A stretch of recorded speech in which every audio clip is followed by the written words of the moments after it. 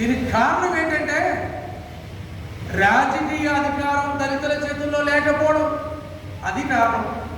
Power, Babasaheb Ambedkar చెప్పాడు, the political power is the master key అన్నాడు. అంటే ఏంటి? రాజకీయ అధికారం అనేది మాస్టర్ కీ.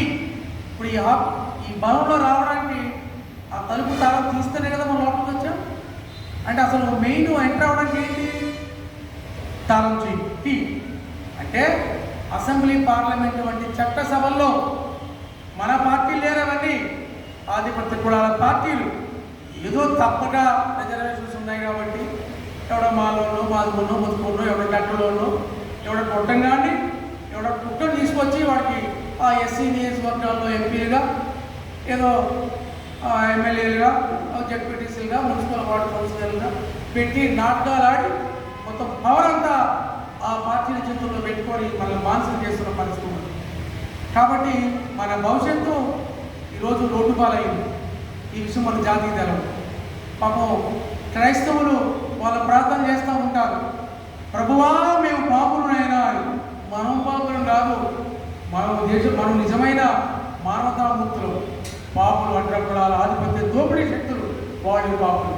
ఈరోజు ఆ పాపాత్ముల పార్టీలు, ఆ పాపాత్ముల ప్రభుత్వాలన్నీ కూడా ఈ రాజ్యాన్ని అనుకరిస్తున్నాయి. కేంద్రంలో బీజేపీ, ఆర్ఎస్ఎస్, నరేంద్ర మోడీ ప్రభుత్వం కానీ, ఈ రాష్ట్రాల్లో పనిచేసిన ప్రభుత్వాలు కానీ, అంబేద్కర్ వ్యతిరేక పార్టీలు, దళిత వ్యతిరేక పార్టీలు, దోపిడీ హంతక పార్టీలు. కనీసం 2% జనాభా లేని కమ్మోడు. ఆంధ్రప్రదేశ్లో కమ్మోడు జనాభా ఎంత చెప్పండి ఒకసారి. వాళ్ళ అసెంబ్లీ ఎమ్మెల్యే ఎంతమంది ఉన్నారు? కమ్మోడు జనాభా 2% లేదు. వాళ్ళు ఉండాలి ఒకటే కమ్మోడు జనాభా ప్రకారంగా కనీసం 3 ఎమ్మెల్యేలు ఉండాలి. మరి రాష్ట్ర ముఖ్యమంత్రి ఎవరు? మెజార్టీ మంత్రులు ఎవరండి? రెడ్ల జనాభా ఎంత? జగన్మోహన్ రెడ్డి ముఖ్యమంత్రి అయ్యాడు, వాడు అయ్యా రాజశేఖర రెడ్డి పిచ్చతోటి ఒక్కసారి అవకాశం ఇవ్వండి, ఒక్కసారి చూడండి అని చెప్పి మనల్ని ముడి మీద అన్నాడు. అయిపోయింది. వాళ్ళ జనాభా ఎంత? 2% కూడా లేదు. ఏడున్నారు మా అయితే రాయలసీమలో, ఏదో నెల్లూరులో ఈ చూరు ఉంటారు, ఎవడో పోతే ఎవడో ఉంటారు అంతే. వీళ్ళ జనాభా కనీసం మొత్తం రాష్ట్రం అంతా 10 లక్షల మంది ఉన్నారు. రెడ్లు లేదు. బ్రాహ్మణుల జనాభా ఎంత? వాళ్ళు కూడా 2% ఉండరు. వైశ్యుల జనాభా ఎంత? 1%. వాడు ఎవడో డిప్యూటీ స్పీకర్ త్రిపులార్ గాడు, త్రిపులార్ ఉన్నాడు కదా, రఘురామకృష్ణరాజు నరసాపురం మాజీ ఎంపీ, వాళ్ళ క్షత్రియుల జనాభా ఎంత? 1% లేదు. ఈ రాష్ట్రంలో మాలల జనాభా 88% ఉన్నారు, మాదిల జనాభా 7% ఉన్నారు, ఎస్సీల జనాభా 20% ఉన్నారు. రాష్ట్ర జనాభాలో 59 ఎస్సీ కులాలు, అలామంది కాదు, 59 ఎస్సీ కులాలు 25% ఉన్నారు. ఏమండి? ముస్లిం జనాభా ఈ రాష్ట్రంలో 6.5% ఉన్నారు రాష్ట్ర జనాభా. క్రైస్తవ జనాభా 4.5 వరకు వాళ్ళు ఉన్నారు. బీసీలు 40% బీసీలు ఉన్నారు. మొత్తం 145 కులాలు కలిపితే బ్యాక్వర్డ్ క్లాసెస్ బీసీ అంటారు. 145 కులాలు. వాళ్ళు న్యాయంగా 60 మంది ఎమ్మెల్యేలు ఉన్నారు అసెంబ్లీలో. ఎవడన్నా కుమ్మరోడు ఎమ్మెల్యే ఉన్నాడా? చాకోడు ఉన్నాడా? మంగోడు ఉన్నాడా? ఎవడో లేడు. ఎవడో 50 గౌళ్ళు, 2 కులాల వాళ్ళు ఉండదు. మరి ఎస్సీ, ఎస్టీ, బీసీ, క్రైస్తవులు, ముస్లింలు, మతమైన కలుపుకొని ఈ రాష్ట్రంలో జనాభా 9% ఉన్నామండి. మనం దళిత బహుజన సామాజిక వర్గ జనాభా ఎంతండి? 9%. మరి న్యాయంగా ముఖ్యమంత్రి అవ్వాలి, ఎవరు అవ్వాలి? వీళ్ళే కదా అవ్వాలి. మరి ఎవరు అవుతున్నారు? దానికి కారణం ఏంటి అంటే 2% లేని అగ్ర కులాలు రాజకీయ పార్టీలు పెట్టారు. వైఎస్ఆర్సీపీ మానవక పార్టీ కాదు, అది రెడ్ల పార్టీ. రాయలసీమ అంతట రెడ్ల పార్టీ. కోస్తా కాపుల, మరి కాపులు కమ్మ భూస్వాముల పార్టీ తెలుగుదేశం పార్టీ.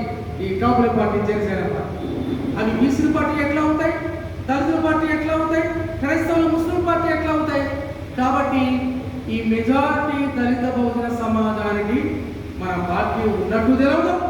వీళ్ళు పాప ఏదో జై జగను, జై చంద్రబాబు ఏందో మరి అంటే చివరికి మన ఏడతో మన కళ్ళు కొట్టుకునే విధంగా దొంగోడల్ని దొంగలు పట్టుకోవడం అనే విధంగా ఈ దొంగల పార్టీలన్నీ కూడా మనల్ని మొగ్గులో పెట్టి మత్తెక్కించి బిర్యానీ మందు పెట్టించి మత్తెక్కించి పిచ్చోడ చేసి రోడ్ల మీద చెట్ల చెప్పుకొని చెప్పులు ఇరుపుకొని రోడ్ల మీద ఎత్తుకునే పందులు కుట్రల్లాగా మనల్ని తయారు చేశారు ఈ పార్టీ. చూడండి ఎంత దారుణం. ఇవో దళిత భోజనం పార్టీ ఎవడో రాలా, ఒక 10 మంది వచ్చారు.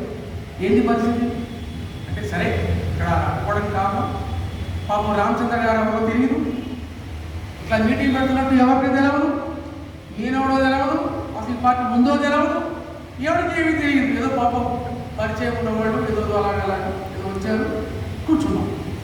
మనం ఈ దళిత బహుజన పార్టీగా ఇప్పుడు చిన్న విత్తనం వేస్తున్నాం ఈ నెల్లూరు జిల్లాలో నిబంధన.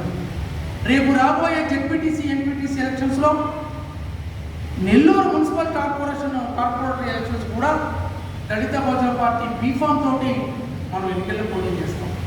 ఓట్లు వచ్చినా రాకపోయినా ఖచ్చితంగా ఈ పీడిత ప్రజలు, దళిత ప్రజలు, అవార్డులు, దీనులు, ఈ బాధిత సమాజం కోసం, రాజ్యాధికార సాధన కోసం పనిచేస్తున్న ఒక పార్టీ ఉంది అనే విషయాన్ని, బాబాసాహెబ్ అంబేద్కర్ యొక్క ఆశయాలని, ఆయన పోరాటాన్ని, ఆయన త్యాగాన్ని, ఆయన కన్న కళల్ని నిజం చేయడానికి దళితుల పార్టీ ఉంది.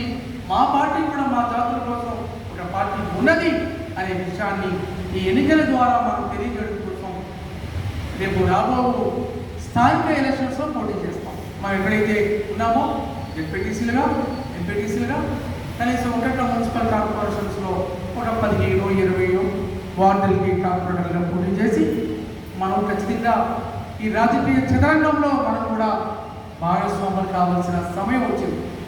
లేదు మనం రాజకీయ చదరంగంలో ఎంటర్ అవ్వకపోతే మనం కూడా ఓట్లు మనవి కాబట్టి, సీట్లు కూడా మనమే ఉండాలి కాబట్టి ఈ రాజకీయ యుద్ధంలో మన శక్తి మేరకు మనం దిగి ఖచ్చితంగా మన ఆత్మగౌరవాన్ని, మన గళాన్ని కనీసం ఈ మున్సిపల్ కార్పొరేషన్లో 2 కార్పొరేటర్ని గెలిపించుకుంటే, ఈ నెల్లూరు జిల్లాలో ఒక 5 జెడ్పీటీసీని గెలిపించుకుంటే, ఒక 20 ఎంపీటీసీని గెలిపించుకుంటే ఖచ్చితంగా మన హక్కుల గురించి, మన సమస్యల పరిష్కారం కోసం మన గళం ఆ సభల్లో, ఆ జెడ్పీటీసీ అసెంబ్లీ లోపల, ఆ పంచాయతీరాజ్ మున్సిపల్ సంస్థల్లో గళం వాణి ఇచ్చే అవకాశం ఉంటుంది. మన కోసం ఎవరు మాట్లాడరు, అంత అబద్ధం. ఆ ఎమ్మెల్యే చూస్తున్నారు సార్, వాడెవడు నీకెందుకు చేస్తాడయ్యా, నీ కులమేంది, నీ సంగతి ఏంటి, రెడ్ల పార్టీ దళితుల కోసం ఎందుకు మాట్లాడతారయ్యా, చేస్తామని చెప్తారు. మేము క్రైస్తవులమే, క్రైస్తవుల రక్షణ కోసం నిలబడతామని చెప్తారు. వాళ్ళు క్రైస్తవులు కాదు, క్రైస్తవులు ముసుగేసుకున్నా రాబందులు. కాబట్టి చంద్రబాబు నాయుడు ఎందుకు చేస్తారండి, ఎవడో అమెరికాలో ఉండేవాడిని తీసుకొచ్చి లోకేష్ బాబుని ఆయనకి మాట్లాడేవారు, రాజ్యాంగం తెలవదు, ఈ వెదవలకి ఎవరికి రాజ్యాంగం తెలవదు, చట్టాలు తెలవదు, దున్న పొద్దులు తింటారు, తాగుతారు, అసెంబ్లీకి గాలి వస్తారు వెదవలు, ఎవరికి ఏమి తెలవదు, పొద్దునాలు సాయంత్రం వరకు నువ్వు దొంగ, ఆడు దొంగ, ఈడు దొంగ వెళ్ళిపోతాం. ఇద్దరు అంత నాటకాలన్నీ ఏది ఉండదు. వీడు వస్తే వాళ్ళని అరెస్ట్ చేస్తారు, ఆ ప్రభుత్వం వీళ్ళని అరెస్ట్ చేస్తారు. ఇదా మిమ్మల్ని ఓట్లు చేసి చట్టసభలో పంపిస్తే మీరు